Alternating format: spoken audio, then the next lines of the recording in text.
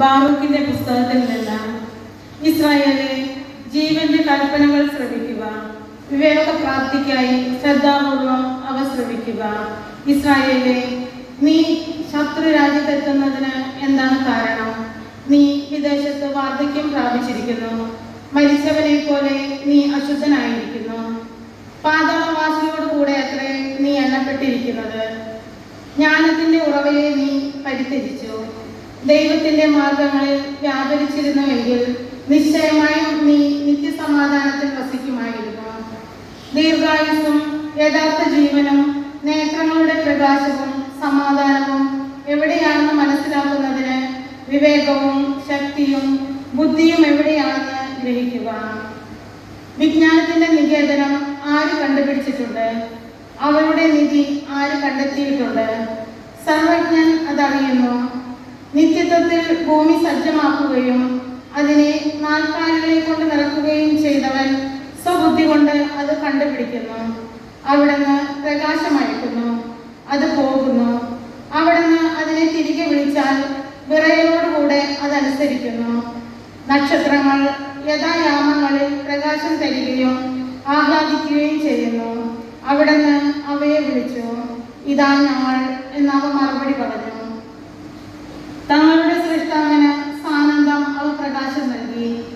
അവിടുന്നാണ് ഞങ്ങളുടെ ദൈവം, അവിടത്തേക്ക് തുല്യനായി ആരുമില്ല.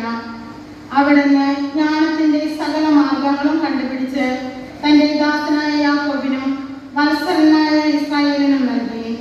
അനന്തരം അവിടുന്ന് ഭൂമിയിൽ പ്രത്യക്ഷനാവുകയും മനുഷ്യരോട് സംഭാഷിക്കുകയും ചെയ്തു.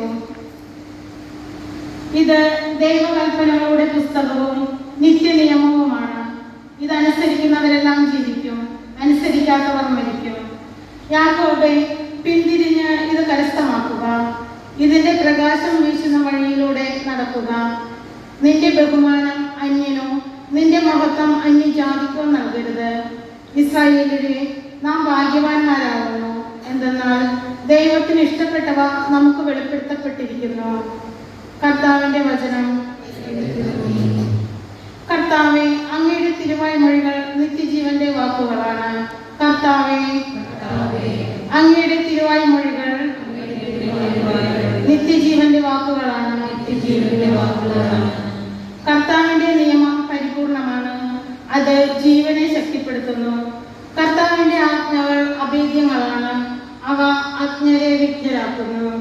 കർത്താവേ, അങ്ങയുടെ തിരുവായ്മൊഴികൾ നിത്യജീവന്റെ വാക്കുകളാണ്.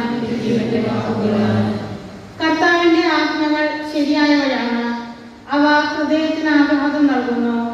കർത്താവിന്റെ കൽപ്പന നിർമ്മലമാണ്, അത് കണ്ണുകളെ പ്രകാശിപ്പിക്കുന്നു.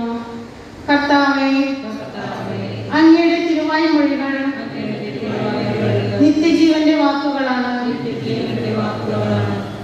ദൈവഭയം പരിശുദ്ധമാണ്, അത് എന്നേക്കും നിലനിൽക്കുന്നു. കർത്താവിന്റെ വിധികൾ സത്യമാണ്, അവയെല്ലാം നീതിപൂർണങ്ങളത്രേ.